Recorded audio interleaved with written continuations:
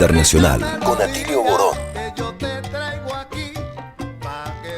Qué hermosa musiquita. Con esta musiquita vamos entonces, como decíamos recién, a hablar de un tema, bueno, que no nos gusta mucho, pero es importante, es un escenario de disputa más de la región. Es la OEA, como lo decían Fidel Castro y el canciller de la dignidad, Roa, el Ministerio de Colonias de los Estados Unidos, que en su momento echaron a Cuba y después también de manera digna, hace pocos años se retiraron Nicaragua y Venezuela, pero bueno, sigue siendo ese escenario. Y que nombraron a un nuevo secretario general, se le acabó la vida como secretario general a ese señor tan despreciable Almagro, o Almugre, como muchos y muchas le decíamos, que realmente pasó de ser canciller de Pepe Mujica, del Frente Amplio Uruguayo, del Partido Socialista del Uruguay, a, como dicen en Venezuela, saltar la talanquera absolutamente, a irse del otro lado, a alinearse de manera automática con Estados Unidos. Y bueno, como pasa muchas veces con los que saltan la talanquera, tienen que hacer los deberes mejor que nadie, demostrar a cada rato su obsecuencia. Y esos fueron los años de Almagro en la OEA, de ataques sistemáticos, sobre todo contra Venezuela, pero también contra Nicaragua, contra Cuba y contra todo proceso popular que por ahí esté. Y para eso estamos entonces ya comunicadas y comunicados con nuestro amigo Carlos Raimundi, que fue embajador de la Argentina, representante de la Argentina en la OEA entre 2019 y 2023. ¿Qué tal, Carlos? ¿Cómo estás? Acá te saludamos Atilio Borón, Paula Klachko y Telma Luzzani. ¿Cómo estás? Bueno, ¿cómo están? Un gusto muy grande poder conversar con ustedes. Bueno, el gusto es nuestro de tenerte otra vez por aquí, porque ya has estado en Diálogo Internacional. Bueno, queríamos preguntarte esto, ¿no? Se pusieron de acuerdo varios países, entre ellos varios con gobiernos progresistas, y los que no tienen gobiernos progresistas parece que también, para que Albert Ramdin fuera nombrado como nuevo secretario general de la OEA de Surinam, ¿no? Es esta persona, ya tuvo un cargo, fue subsecretario durante la Secretaría de Insulsa, si mal no lo recuerdo, pero bueno, queremos que nos cuentes vos cuál es tu lectura de este cambio que se está produciendo ahora.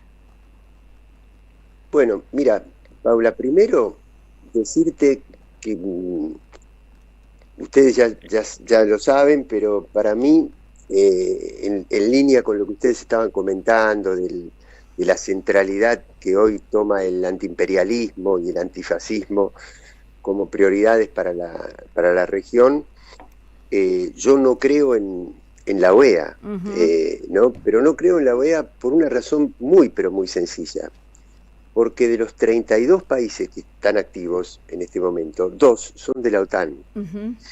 Y yo creo que el sur global no tiene ninguna complementariedad. Podemos tener algún acuerdo en materia de derechos de las minorías, esa agenda que no deja de ser importante, pero que no modifica las estructuras de poder. En cuanto a las estructuras de poder, la OTAN y el sur global de América Latina y el Caribe tenemos intereses lisa y llanamente contradictorios. Por lo tanto, es imposible tener una política que unifique a toda la región en términos o en escala hemisférica como pretenden los Estados Unidos, ¿no? Dicho esto, ¿qué hacemos frente a esa restricción? Bueno, salir de lo peor de todo, que fue Almagro, ¿no? Que el otro día, no sé si Telma lo sabrá también por su relación con Néstor Restivo, pero me decía Néstor que un diplomático uruguayo le dijo una vez que Almagro, a quien nunca se le encontró ninguna razón económica para su travestismo, digamos, sino que él había sido un topo que Miami le había infiltrado al gobierno de Mujica para levantarlo, convertirlo en una figura de alcance internacional y de allí llevarlo a la OEA, pero no para que saltara la tranquera, que puede ser, yo no lo digo, yo no es que yo sostenga eso, estoy repitiendo lo que una vez le dijeron a Néstor Restivo, ¿no? Y es que él siempre fue lo que fue, y que lo había disimulado muy bien en los años de canciller de Mujica para poderse proyectar después a escala regional.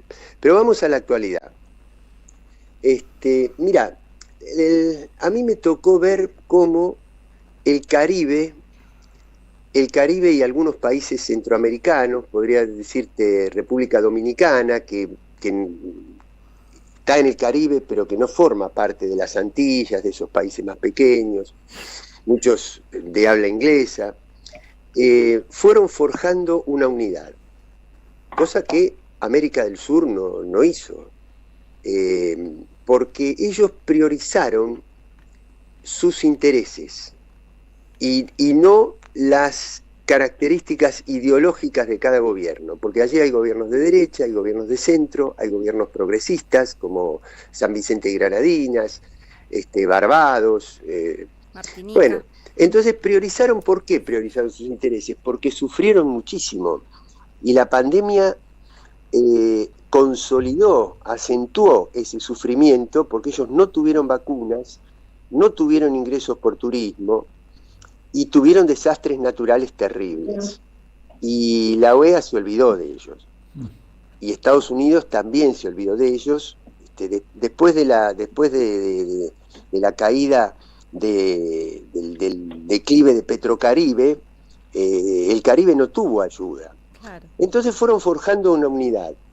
A partir de esa unidad consiguieron 14 votos, y a esos 14 votos se le fueron uniendo países, como vos decías, de gobiernos progresistas, que vieron que era una manera de frenar a quien Trump había designado como su secretario general, que es el actual canciller del Paraguay, Ramírez Lezcano, que tenía, para decirte, darte una muestra, como temas de agenda para la OEA, la condena al terrorismo de Hamás en Gaza, ¿no? En términos de él estoy hablando, ¿no? Como él la designaba, y la defensa de Ucrania en la guerra europea, de la OTAN, para que te des una idea de qué rol estaba asignado para el canciller de Paraguay, que está a la derecha del presidente del Paraguay.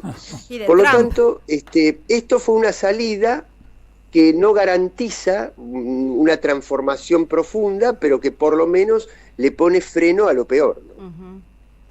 Claro, claro. ¿Qué tal, Atilio? Te habla Carlos. Hola, Atilio. Estaba viendo que, claro, Surinam, digamos, pocas veces la gente cae en la cuenta que es un país sudamericano, ¿verdad? Pero de hecho, culturalmente y geopolíticamente está más integrado con el mundo del Caribe que con Sudamérica, ¿verdad? Claro, son países con muy poca población. Creo que Surinam no llega al 1.000.000 de habitantes, menos, 600, 700.000 habitantes. Sí. Pero bueno, es muy importante lo que vos decís, porque la otra candidatura era realmente terrorífica, ¿no? Y este hombre seguramente andará con un poco más de cuidado, aunque como vos lo decís en tu libro, la OEA, esa cosa tan fea, de paso se lo recomiendo a nuestra oyentada, si quieren entender qué pasa en la OEA, lean ese libro de Carlos Raimundi, las presiones que va a tener que soportar este nuevo secretario general van a ser brutales, yo me imagino, ¿no? Y sí, porque además hay un tema de financiamiento, porque una posibilidad es que los Estados Unidos, que financian el 50% del presupuesto formal de la OEA, pero además incrementan mucho el financiamiento con mecanismos informales de organismos privados, puede ser que ellos vacíen, una de dos, o para darle el presupuesto que la OEA tiene y este hombre se pueda manejar, le puedan imponer algunas líneas políticas e ideológicas, o bien si este hombre no se amolda al proyecto de los Estados Unidos, de Marco Rubio, de Menéndez, de Pompeo, de lo más recalcitrante de Miami, de Claver Carone, si no se amolda a eso, que le vacíen el presupuesto. Claro. Así que los Estados Unidos tienen una capacidad de incidir muy grande. Y aquí hay otra cosa a tener en cuenta, que es es decir, nuestra incapacidad, nuestra impotencia como América del Sur para priorizar nuestros intereses comunes y en cambio de eso haber priorizado las diferencias ideológicas que hay entre nuestros gobiernos. Entonces no pudimos tener una estrategia común. A último momento nos fuimos sumando a apoyar a este candidato porque era el menos peor, digamos, pero no porque expresara realmente una línea de unidad de los gobiernos progresistas de la región. Sí, pero bueno, tampoco me hace acordar también a la Secretaría de Insulsa, ¿no? Que también era un poco insulso, como dice su nombre, pero también en ese momento, ¿no? Que fue el momento de auge de la primera ola del ciclo progresista, bueno, tenía un rol de un poco, no me sale la palabra, porque no es neutral tampoco, pero de actuar, ¿no? Es como si fuera cierta neutralidad como para pilotear una relación de fuerzas que en ese momento no era favorable a las posturas imperialistas más recalcitrantes, justamente.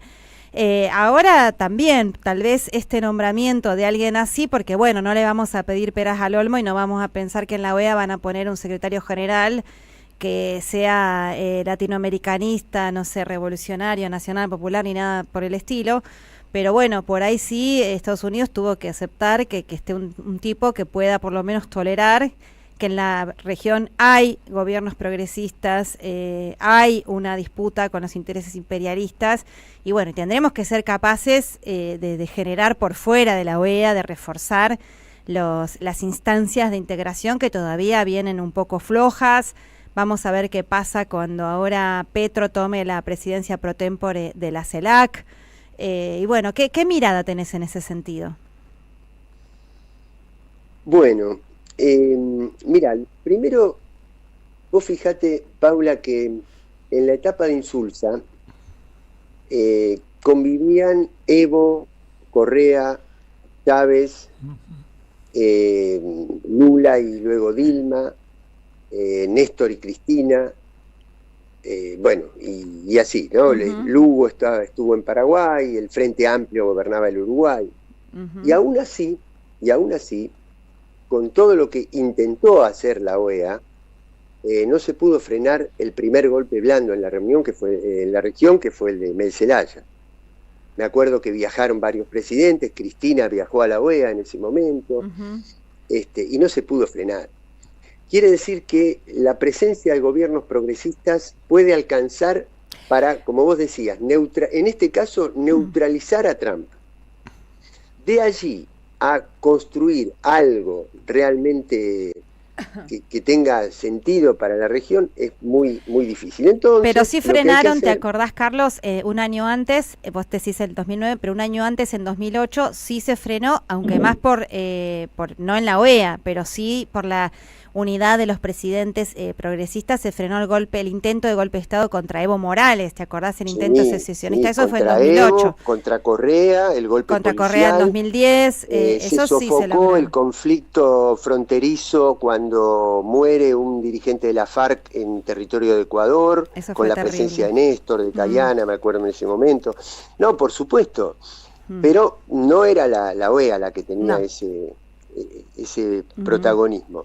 Ahora, sobre las otras instancias, mira, sí, desde luego que es preferible que CELAC, UNASUR, pero yo personalmente no tengo una visión romántica de estas instituciones, porque